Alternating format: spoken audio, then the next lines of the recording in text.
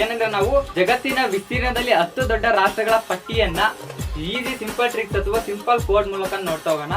Code ಏನಂದ್ರೆ RKC AB ABAKS ಅಂತ. ಇನ್ನೊಮ್ಮೆ ಕೋಡ್ ವರ್ಡ್ ಹೇಳ್ತೀನಿ ನೋಡಿ, RKC AB ABAKS ಅಂತ. ಈ ಕೋಡ್ ವರ್ಡ್ ಫುಲ್ ಫಾರ್ಮ್ ನಾವು ವರ್ಲ್ಡ್ ಮ್ಯಾಪ್ ಮೂಲಕ ತಿಳ್ಕೊಂತ ಹೋಗೋಣ. ವರ್ಲ್ಡ್ ಮ್ಯಾಪ್ ಮೂಲಕ ತಿಳ್ಕೊಂತ ಹೋದ್ರೆ ಯಾವ್ಯಾವ ರಾಷ್ಟ್ರಗಳು ಎಲ್ಲೆಲ್ಲಿ ಬರ್ತಾವ ಅಂತ ನಮಗೆ ಈಸಿಯಾಗಿ ಗೊತ್ತಾಗುತ್ತೆ. ಓಕೆನಾ? ಫಸ್ಟ್ ಒನ್ ಆರ್ ಅಂತ ಇದೆ, ಇದು ನಮ್ಮ ವರ್ಲ್ಡ್ ಮ್ಯಾಪ್ ನೋಡಿ.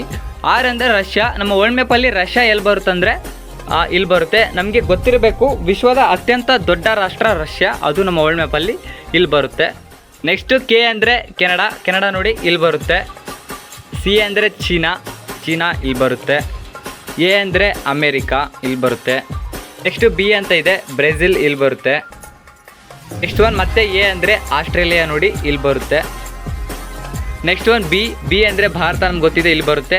ನಮಗೆ ಗೊತ್ತಿರಬೇಕು, ನಮ್ಮ ಭಾರತ ವಿಸ್ತೀರ್ಣದಲ್ಲಿ 7ನೇ ಸ್ಥಾನವನ್ನು ಪಡೆದಿದೆ ಹಾಗೂ ರಷ್ಯಾ ಮತ್ತು ಚೀನಾದ ನಂತರ ಏಷ್ಯಾದಲ್ಲಿ ಅತಿ ದೊಡ್ಡ ರಾಷ್ಟ್ರ. ನೆಕ್ಸ್ಟ್ ಎ ಅಂದರೆ ಅರ್ಜೆಂಟೈನಾ ನೋಡಿ ಇಲ್ಲಿ ಬರುತ್ತೆ. ನೆಕ್ಸ್ಟ್ ಕೆ ಅಂದರೆ ಕಜಕಿಸ್ತಾನ ನೋಡಿ ಇಲ್ಲಿ ಬರುತ್ತೆ.